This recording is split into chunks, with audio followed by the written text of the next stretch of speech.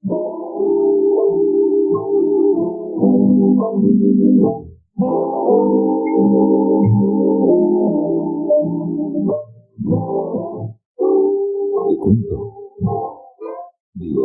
te cuento entre mis amistades esta noche, a ti.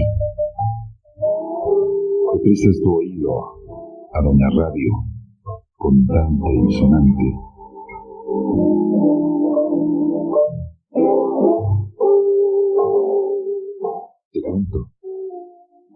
Te cuento de ti, de mí, de nos, de vos, de viva voz, y de tantas cosas que podemos hablar, tú y yo, esta noche. Te cuento.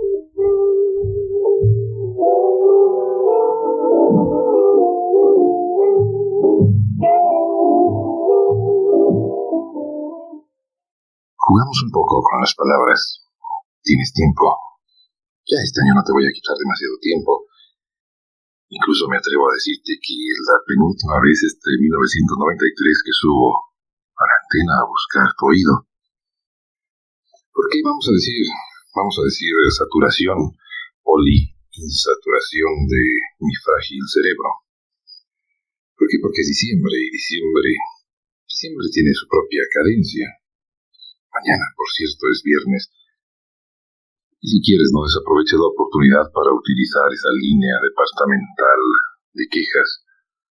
Ya te daré mañana los teléfonos, pero por lo pronto vamos a jugar, sí, con las palabras. ¿Te acuerdas lo que decía Confucio? Una de cada 3 personas puede enseñarte algo. No sé si la estadística se haya modificado con el paso de los miles de años, con el paso del tiempo. Tal vez ya sean 2 de cada 3 personas, tal vez sea 1 de cada 10. Esto a saber, nunca las estadísticas han sido mi especialidad. Que va, todo lo contrario, lo mío es esto. Esta literaria forma de acomodar eso, letras, en el hercio, o en las páginas en blanco. Pero ese es asunto mío, ya me dirás. No vengas a mí a contarme cosas que no me competen. Tú háblame y deja todo lo demás a mi imaginación. Sí, te cuento que uno aprende a manejar las palabras en forma insospechada. Mira, incluso por ser diciembre, la palabra tiene cierta sonoridad que se ha diluido con el paso de los años, con la modificación de las circunstancias económicas del país, y qué sé yo. Pero durante años fue algo así como una ambición de todo mexicano, el poder conseguir fayuca, ¿no es cierto? Fayuca, dicho tal cual, y la palabra es hermosísima, ya irás entendiendo su estructura y cómo a veces ciertas faltas de ortografía cambian radicalmente el sentido de las palabras. Pero te decía que 1 de cada 3 personas, creo que Confucio tenía razón, puede enseñarte algo. ¿Y cómo entendí yo el profundo significado de esa hermosísima palabra, andando los caminos reales de la Baja California? A lomo de mula, tal cual, a lomo de mula, en esos andurriales, en esos barrancones hermosísimos, en esas noches estrelladas, donde la luz artificial queda muy lejos. Expedición a la Baja California, a conocer con el buen Carlos González, mi guía, enorme guía, a conocer los vestigios de civilizaciones prehistóricas, unas cavernas pintadas allá en la infinitud de esas tierras desérticas. Y así le llamo infinitud porque parecen infinitas. Y sucede que el caballerango, el que nos llevaba, el dueño de los caballos, el que conocía las veredas, empezó a platicarme de su vida. Por cierto, te recomiendo que algún día que vayas a esas tierras de Baja California, donde están los últimos californios auténticos, percibas cómo el mismo lenguaje tiene tantas sonoridades en este polícromo país. Tú oyes hablar a los californios y están hablando en este nuestro idioma común, y no les entiendes. La entonación que dan al lenguaje es diferente totalmente de la que utilizamos tú y yo para más o menos entendernos. Eso a propósito del lenguaje, y como se trata de jugar con las palabras, entonces te cuento de aquel Arce, no me acuerdo el nombre, un apellido muy común en la región, en aquella región. El señor Arce empezó a contarme de sus días cuando era lunero, y esto no tiene que ver como de Fayuca, pero era una profesión ya desaparecida por las carreteras y por la mayor vertebración de aquellas regiones. A la luz de la luna, se echaban a los caminos contrabandeando literalmente licores o bebidas intoxicantes. Contrabando, es decir, yendo contrabandos hacendarios contra los impuestos que tienen este tipo de bebidas, y Arce se dedicaba a llevar por aquí y por allá, clandestinamente, a la luz de la luna, en las horas de la noche, a llevar esos licores a los poblados y rancherías. Luego me dice el señor Arce, yo en alguna época de mi vida fui fayuquero. Y de pronto la palabra me sonó algo conocido en medio de todas las poblaciones, de todas las ciudades del país. Fayuquero. Pero pensándolo bien, y créemelo, me tomó muchas horas, pensándolo bien dije, ¿cómo podría este señor Arce andar repartiendo objetos telefónicos o electrónicos en estas poblaciones que no tienen, en estas rancherías que carecen de electricidad? Entonces de nuevo le pregunté, ¿cómo que fayuquero? Y fue cuando la palabra se desnudó en su enorme significado, en su hermosísimo significado, que muchas veces permanece oculto, como el significado de tantas palabras, como lo hemos podido apreciar tú y yo a lo largo de estas noches. No sé cuándo hayas estado aquí conmigo, pero qué gusto me ha dado encontrarte. Y me comenzó a explicar en qué consistía su actividad.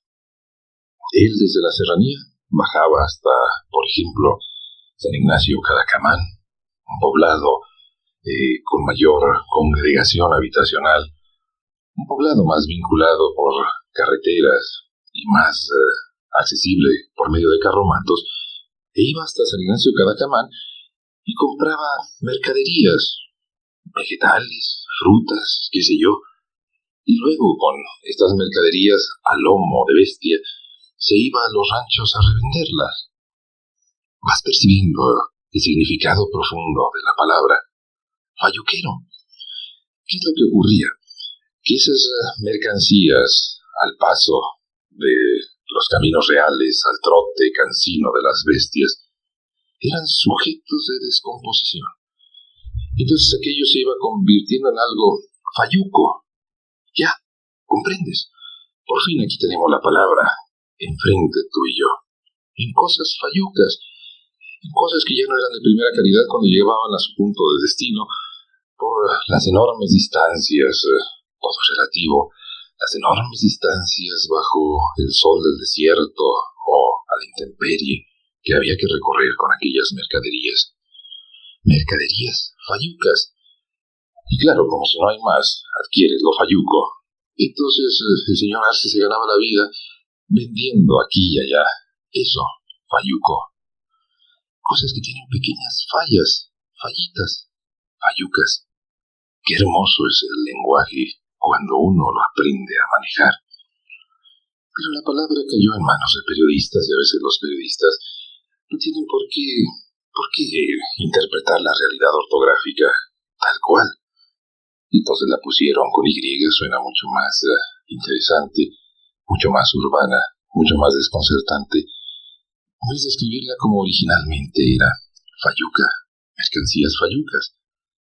Y claro, antes de todos estos ajustes al mecanismo económico nacional, llegaban muchas mercancías que eran tal cual, fayucas, eran como mercancías de segunda o tercera calidad o categoría o no sometidas a esos estrictos controles de calidad, que llegaban a estas tierras o que no tenían garantía y en el momento de la falla pues resultaban absolutamente fayucas.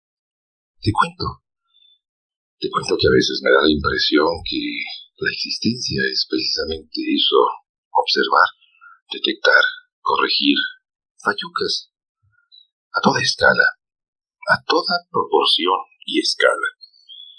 Después de platicarte de aquellos caminos de la Baja California, de aquellas noches espectaculares, yo nunca Nunca iba a saber cómo ya vamos hilvanando esto con más o menos coherencia y congruencia. Nunca había visto un desfile de satélites más aterradoramente bello que en aquellas noches de la Baja California. Y lo digo así aterradoramente porque es el dimensionar bajo la noche estrellada. Recuerda aquella frase tan hermosa de Kant: sobre mí la noche estrellada, dentro de mí la conciencia de ser. Resulta aterrador entender la dimensión de la propia conciencia en medio de la noche y ver esas luminosidades, esas luminarias, que por cierto son observables únicamente de 7, 9 de la noche, 7:30, 9:30 de la noche, por efecto de la reflexión del sol. Y pasadas esas horas ya no es posible observar los satélites. En aquellas noches de la Baja California, insisto, ver los satélites y oír aquellas conversaciones sobre la fayuca, creo que nos puede conducir a hablar de eso, de cómo remendar fayucas a gran escala. Te cuento. Déjame presentarte a la breve corta distancia de Doña Radio a un señor llamado Edwin Powell Hubble. Este señor Hubble, mejor pronunciado así que lo otro, se dedicó a ver las estrellas. Y no que fuera especialista en cine, ni mucho menos, sino a las estrellas a las que están allá, ellas, y el que las quiera contar, que se ponga a contarlas. Y no es que el señor Hubble se haya puesto a contar las estrellas, sino a ver las galaxias, esas configuraciones estelares que fueron descubiertas hace relativamente poquísimo, hace segundos, si se compara, si se reduce la historia de la humanidad a un año. Y es un cuento que ya hemos discutido tú y yo horas atrás. Hace segundos apenas que se supo que había una cosa llamada galaxias. Entonces, Hubble, a partir de la observación de las galaxias, llegó a una conclusión notabilísima. Por primera vez, a partir de una observación directa, surgió la evidencia de que el universo se está expandiendo. ¿Y eso qué tiene que ver con la fayuca? Dirás. Pues muchísimo, porque ha comenzado prácticamente el conteo regresivo.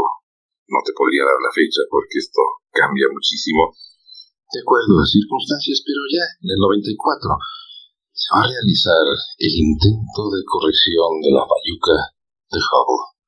¿Qué es eso? La corrección de fayucas a una escala milimicrométrica, pero con repercusiones de una magnitud notabilísima. Total, comenzamos hablando de fayucas, de cómo yo en el desierto de Baja California aprendí el profundo significado de esa palabra, fayuca, lo que está ligeramente fallido, lo que observa ligeras o notables fallas. Fayuca escrito así con doble L, y no como suelen escribirlo tantos periodistas que ni siquiera se toman la molestia de saber qué significan las palabras con las que ellos juegan a darnos noticias.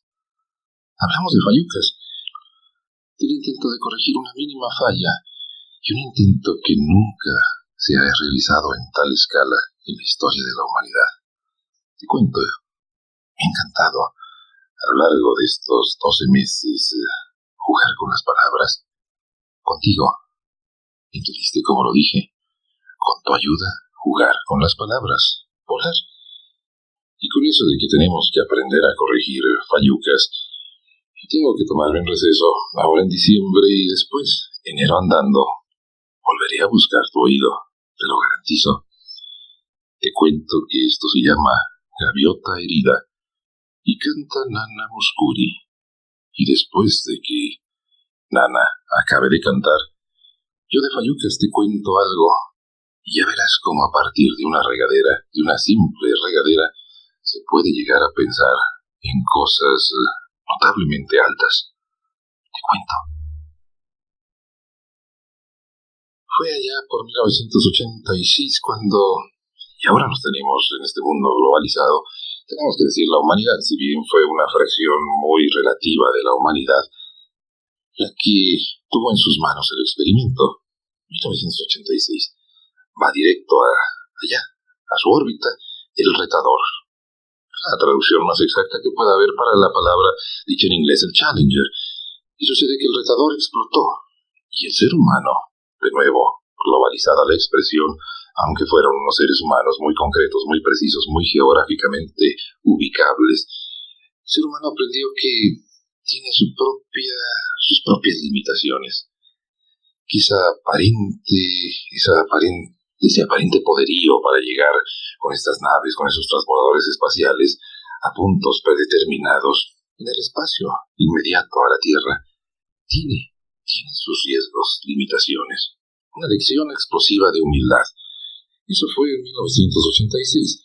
El retador explotó. Luego, en 1990, viene el experimento del Hubble. Abril de 1990. El Hubble es un homenaje funcional a este astrónomo que te decía que se dedicó a estudiar las galaxias y logró demostrar fehacientemente que las galaxias se expanden en el universo.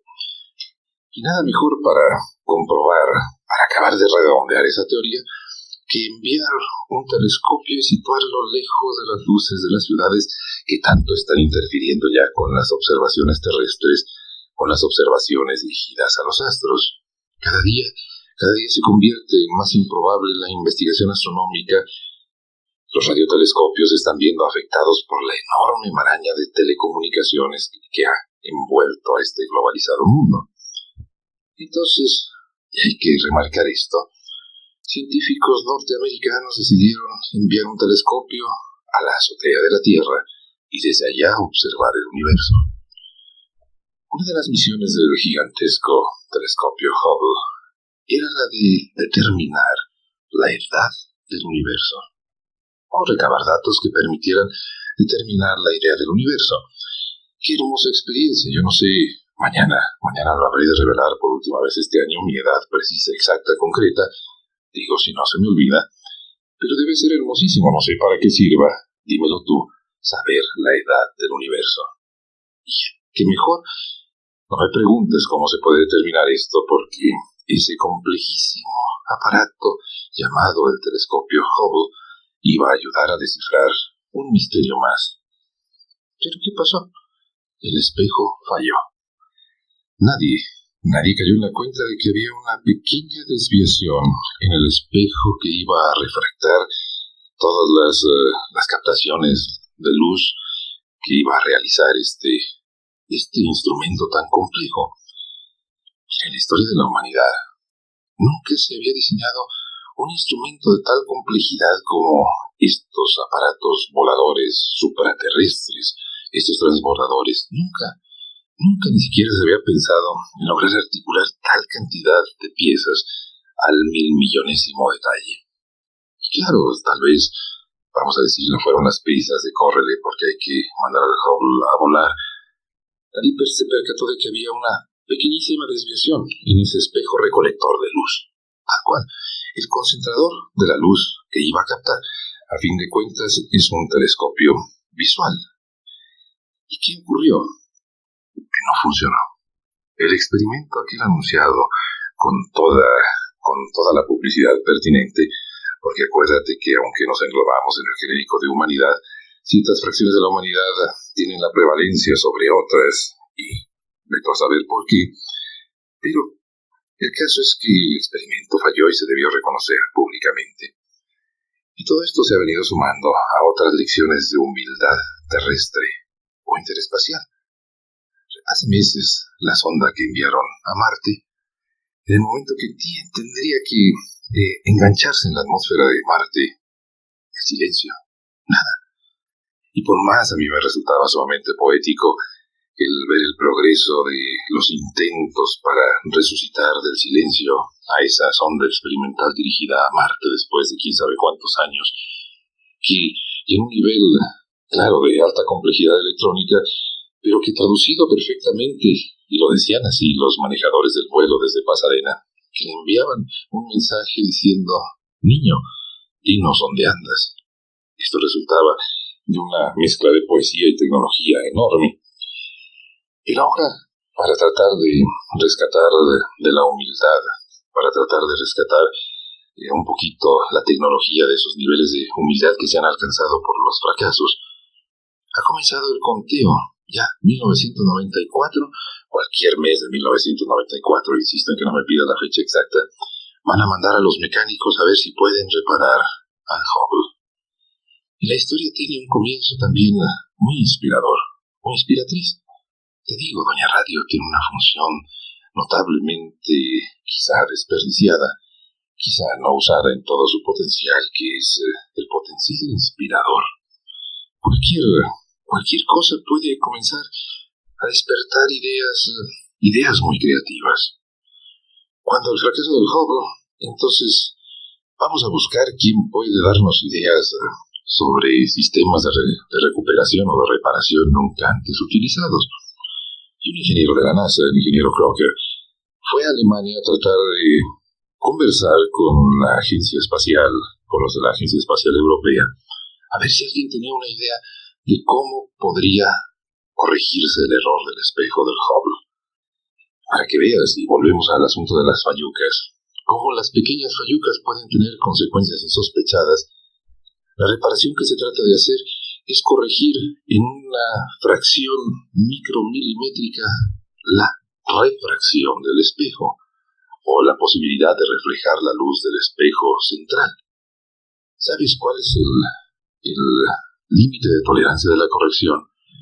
Para que lo percibas, es como la 50ª parte del grosor de un cabello humano. De ese tamaño es la falluca que ha dado el traste con todos los experimentos que se pensaban realizar con el Hubble. La 50ª parte del grosor de un cabello humano. Ahora no me preguntes el cabello de quién, porque hay de cabellos a cabellos. Vamos a decir un cabello normal, un cabello... ¿Qué significa eso de normal? Tantas noches que tratamos de aclarar tú y yo qué significa tan hermosa palabra, normal. Y entonces estaba el ingeniero Crocker, estaba bañándose en su hotel en Alemania, cuando en la regadera la inspiración puede surgir en cualquier lugar. En la regadera cae en la cuenta de que allí posiblemente esté la tecnología que él anda buscando. Y aquí tenemos que echar un poquito mano de la historia, tú y yo, para tratar de entender lo que significan las regaderas en la Nueva Europa. Dicho tal cual, y no me retracto. Sucede que el baño en Europa por lo general era en tina. Hasta hace muy pocos años llegó ese brillantísimo descubrimiento, y estoy hablando de poquísimos años, ese brillantísimo descubrimiento norteamericano llamado la regadera. La forma más simple de tomar el baño diario, y el europeo no acostumbraba el baño diario. Entonces, claro, vamos a suponer los alemanes ven esto que se llama tan simple como regadera y lo adaptan a su propia mentalidad. ¿Qué es lo que le va a ocurrir al señor Crocker en el hotel? El ingeniero de la NASA que anda buscando una solución allí en Alemania para los problemas que aquejan al Hubble. La regadera del hotel es ajustable. Es decir, se ajusta a las diferentes estaturas de quien se baña en esa regadera, que ya es una mejoría ofrecida por la tecnología alemana a la aportación higiénica de los Estados Unidos. El ingeniero Crocker dice, aquí está la solución o el intento de solucionar el problema. Entonces, para no hacerte el cuento largo, a partir de ese sencillo descubrimiento, de esa sencilla observación, se ha preparado toda la herramienta que van a utilizar los mecánicos que serán enviados a reparar el Hubble. Una tripulación que será inorbitada con una serie de elementos mecánicos y no me preguntes ya en detalle de qué se trata. Van a cambiar uno de los módulos del Hubble, van a intentar cambiarlo, reemplazarlo por otro que sí refleje la luz en el espejo central. Y el reemplazo, y es donde no puedo entrar en explicaciones, el reemplazo implica la utilización de una serie de espejitos tan grandes como las monedas que tú y yo traemos en la bolsa. Y esas monedas, esos pequeños espejos, quedar perfectamente calibrados para hacer que la luz converja, que la luz coincida con el centro focal del espejo principal. Uno de los expertos que enviarán es un veterano ya de vuelos espaciales. Es El capitán, yo creo que le podríamos llamar así, el capitán Musgrave, tiene 58 años de edad. Y durante meses Musgrave y toda la tripulación ha estado practicando en tanques especiales, en tanques que dan la apariencia de estar flotando en gravedad cero. Han estado practicando en el manejo de estas herramientas y han estado también probando nuevos equipos. Por ejemplo, tienen que trabajar a temperaturas mucho mayores a los 100 grados bajo cero. Eso sí es frío. Protegidos perfectamente con trajes herméticos que les impidan este contacto con la realidad espacial y aprender a trabajar en esas circunstancias. Como simple anécdota, el capitán Musgrave, en una de las prácticas en estos refrigeradores, tuvo que pedir auxilio porque sentía que las manos estaban congelando, lo cual demostraba que los guantes o todo el equipo no estaba funcionando adecuadamente. Y hay una mujer incluida en este viaje de rescate de la Fayuca Celeste. El director del proyecto, un individuo con nombre sospechosamente italiano, Lucio Maquetto, fue interrogado acerca de las probabilidades de reparación y él sagazmente dice 50-50. Tengo por seguro que ya hay apuestas al respecto. ¿Por qué? Porque hay mentalidades y no de todo es objeto de apuestas, de las casas de apuestas que existen por todas partes. Y no sé, pero te apuesto que ya hay apuestas al respecto. Y le preguntan al señor Musgrave, a este veterano, 58 años, muchos viajes espaciales o muchos viajes en órbita alrededor de la Tierra. Le preguntan cuál es su consigna o cuál es su mentalidad al afrontar este problema.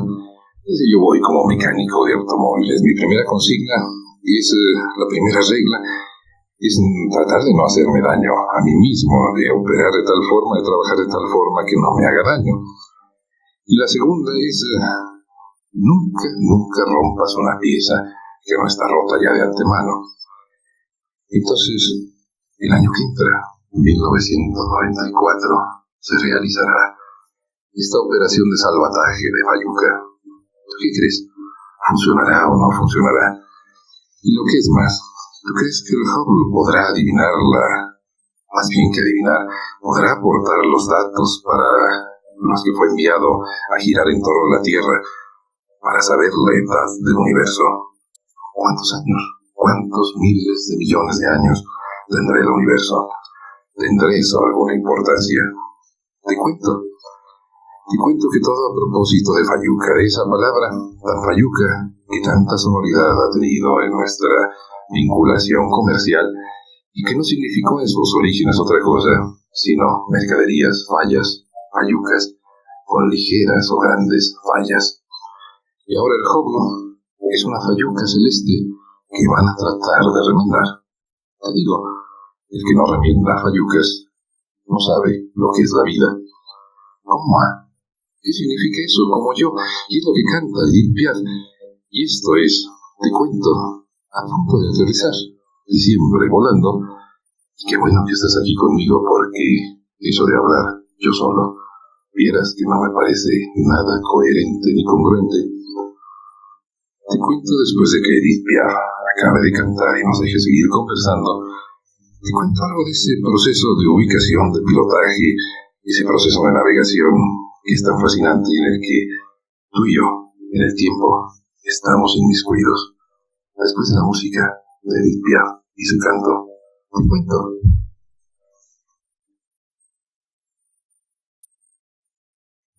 Te cuento a propósito de no sé qué, que los chistes son universales, o más bien dicho mundanos. Los mismos chistes que tú oyes en Europa, los oyes en Estados Unidos y los oyes aquí. Es un libre tránsito del chiste. Ya habrás oído uno, y qué difícil es de tener a cuentachistes que no deja de aparecer en todas partes. Cuando comienza a decir ya te sabes el de, y todo el mundo ya se lo sabe, pero nadie es capaz de decirle si llámese el de, y por favor no lo cuentes porque ya todo el mundo se lo sabe. Total, el cuentachiste siempre arranca con su chiste. Y hay uno particularmente falto de gracia que gira en torno a una palabra que es ubícate. Y ubícate en la relación conyugal y ubícate. Y si no te lo sabes, dile al cuenta chistes que te lo cuente porque soy muy malo yo para chistes contar. 103 grados 22 minutos 20 segundos. 20 grados 41 minutos 34 segundos. ¿Y eso qué significa? ¿Qué de chistoso tiene eso? Te lo voy a repetir. 103 grados 22 minutos 20 segundos, longitud oeste del meridiano de Greenwich. Y 20 grados 41 minutos 34 segundos, latitud norte. Esa es la ubicación de esta noble y leal ciudad. Dicho en términos geográficos, dicho en términos precisos, entonces tú y yo podemos deducir que estamos ubicados a 103 grados longitud oeste y 20 grados latitud norte. No sé si eso te ayude para ubicarte, pero en todo caso el ser humano siempre ha querido saber dónde está, en medio de qué circunstancias vive. Por eso, incluso, nuestro muy particular gusto, el tuyo, el mío, el de cada quien, respetuosamente dicho de nuevo esto, por oír noticias, por saber cuál es nuestra ubicación dentro de la enorme circunstancia que no alcanzamos a percibir. Necesitamos de cosmógrafos para que nos den nuestra ubicación precisa en el cosmos, o en medio de esto. Cosmos, recuerda, significa orden. En medio de todo, ¿cómo estamos nosotros ordenados? Hace unos días hablábamos de ese individuo que dejó su apellido puesto en un poblado que está muy bien ubicado ahora geopolíticamente, que se llama Magdalena, Sonora, Magdalena de Quino. Su función era principal, que iba por las tierras incógnitas bautizando. Esa era una forma de entender su propia circunstancia religiosa. Y el Francisco Eusebio Quino era, además de todo, cosmógrafo. Imagínate lo que eran los cosmógrafos en la antigüedad, tener que recurrir al sextante, a la brújula, a tantos instrumentos de medición tan manuales para saber dónde estaban con respecto a su punto de partida.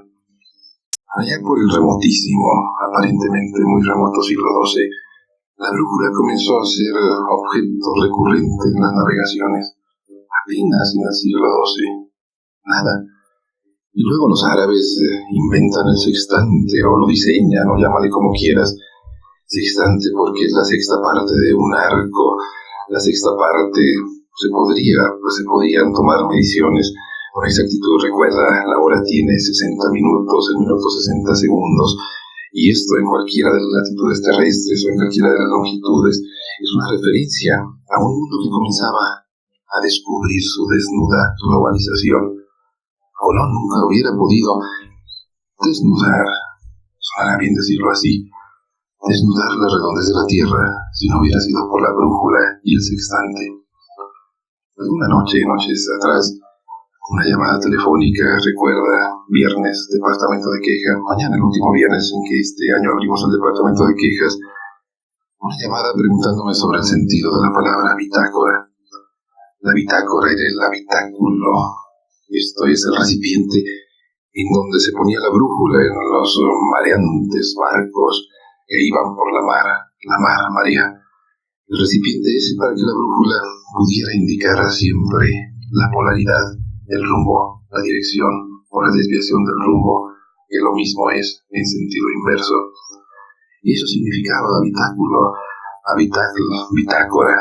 De ahí la palabra, y después la palabra pasó al escritorio del capitán, al cuadernillo en donde iba anotando las vicisitudes o el simple realizar la navegación.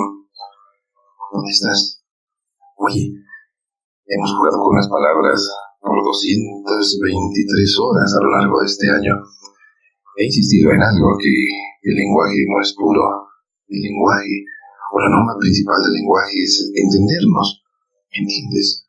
Digo, debo rectificar, me explico suficientemente bien. ¿Ondas? Dicho así también se entiende. Esta lengua tan maltratada, esta lengua que a fin de cuentas es lo que nos permite ubicarnos en nuestra propia esencia, en nuestro propio ser, darle rumbo, orientación a nuestra existencia. No más para eso sirve el lenguaje. El propósito de que todo este galimatías, todo este batiburrillo de ubicación y demás cuestiones, este mundo tan globalizado por fin ha encontrado la fórmula precisa de navegación. Quiero de nuevo tomar un poquito el rumbo del mar y el rumbo de aquellos siglos anteriores de los grandes navegantes. De un navegante llamado, por ejemplo, Sebastián Vizcaíno, y que se dedicó a la navegación por estas tierras, por estas costas todavía no retratadas en mapas, que todavía no develaban sus rugosidades terrestres. Eso de averiguar por las noches dónde se encontraba debe haber sido una experiencia sobrecogedora, debe haber sido una experiencia terriblemente profunda, el tratar noche a noche saber dónde se encontraba con la ayuda de las estrellas.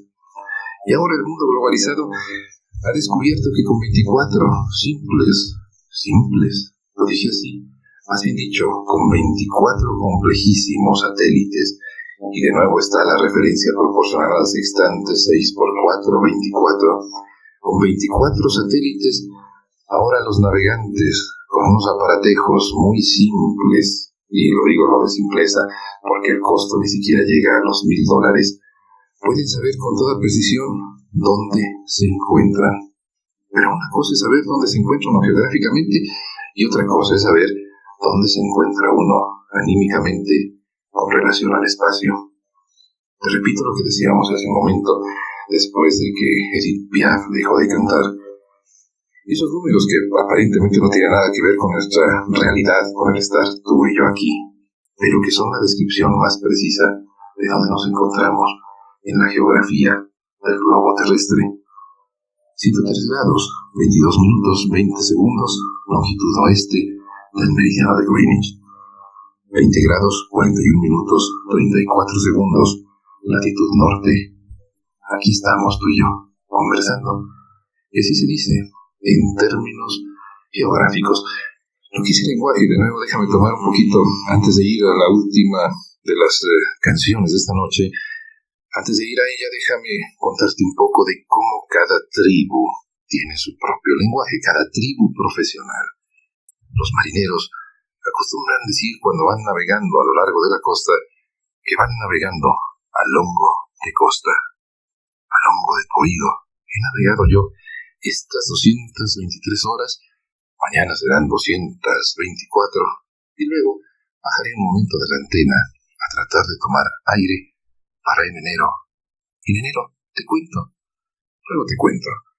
Tacronía equina, que traducido del griego, lo que canta Nana Mouskouri, significa que tu tiempo sea justo. A gusto o justo. Que tu tiempo sea equilibrado. Tacronía equina. Nana Mouskouri canta, y luego si quieres, yo regreso para la notitonta de la noche. Ontas. Insisto, en el lenguaje lo importante es entendernos. Y si lo digo así, ¿me entiendes? Ontas. Para saber dónde se encuentra uno, para ubicarse uno anímicamente, existe una especie de brújula interna que se llama psique, psicología. Eso que en griego tiene dos significados. Lo uno es soplo y lo otro es espíritu. Psique, ¿dónde estás? Los que no saben dónde están son los hermanos Menéndez. Mañana te contaré un poquito más de esto que desde 1989 lo vengo oyendo, siguiendo, sabiendo, y que me parece un novelón formidable, un reflejo del dónde estamos. Los hermanos Menéndez, supuestamente en defensa personal porque sus padres les hacían muchos daños psicológicos, a escopetazos acabaron con sus padres. Desfile de testigos, 54 testigos a la fecha, y uno de los testigos llevados por los defensores, ya, es el, acabamos de preguntar, ¿dónde están los hermanos Menéndez? Es un experto en psicología. El experto en psicología presentó su testimonio basado en experimentos que ha hecho con caracoles, los cuales han conducido a la brillante deducción, según el doctor Burgess, presentado como testigo en defensa de los acusados. Ha llegado a la conclusión de que el cerebro humano puede actuar de forma distinta si está sujeto prisiones durante largo tiempo. Caracoles, montas, montamos. Yo aquí, contigo, conversando las noches. Ha sido un placer encontrarme contigo. Con la ayuda de Carlos Gil, que es el héroe de la jornada, con la amabilidad de Decaj, que me ha prestado la antena para practicar este salto verbal, con la paciencia de Carlos Barrera, que es también otro de los controladores de vuelo, te cuento que mañana se abre el departamento de quejas, que mañana llegamos a 224 horas de vuelo, y que mañana, noticia de última hora, mañana será mañana. Te cuento que sigue sin máscaras, y tú sigues, yo sigo, seguimos. Yo soy Álvaro. Mañana te busco.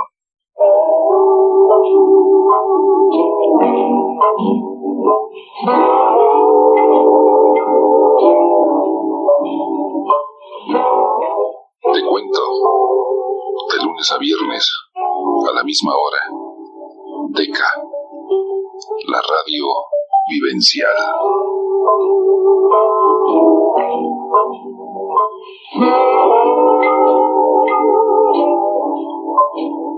Te cuento, soy Álvaro González. Mañana te busco.